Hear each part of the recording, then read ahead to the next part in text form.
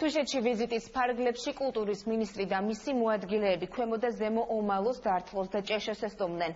მინისტრმა თუშეთის დაცული ტერიტორიების ადმინისტრაციაში ვიზიტორთა მომსახურების ცენტრი, ექსპოზიცია, ეთნოგრაფიული, არქეოლოგიური მასალა დაათვალიერა და თანამშრომლებს შეხვდა. გურამ მოდიშარია ასევე სოფელ ჭეშოს და ომალოს მოსახლეობასაც შეხვდა.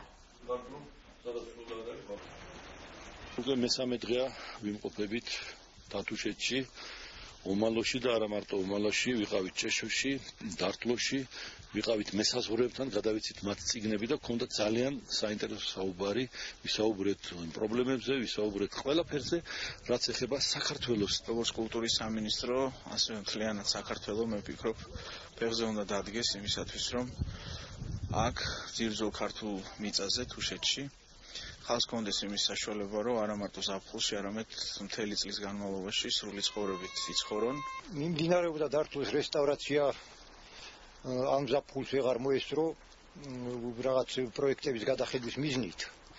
და ეხლა ზამთართან მოახლოებას დაკავშირებით ალბათ უფრო უპრიანი იქნებოდა, რომ მომავლისთვის გაკეთებულიყო ეს მთლიანი სოფლის პროექტირება და მომავალ წლისთვის ეს დამთავრებულიყო ყველაფერი.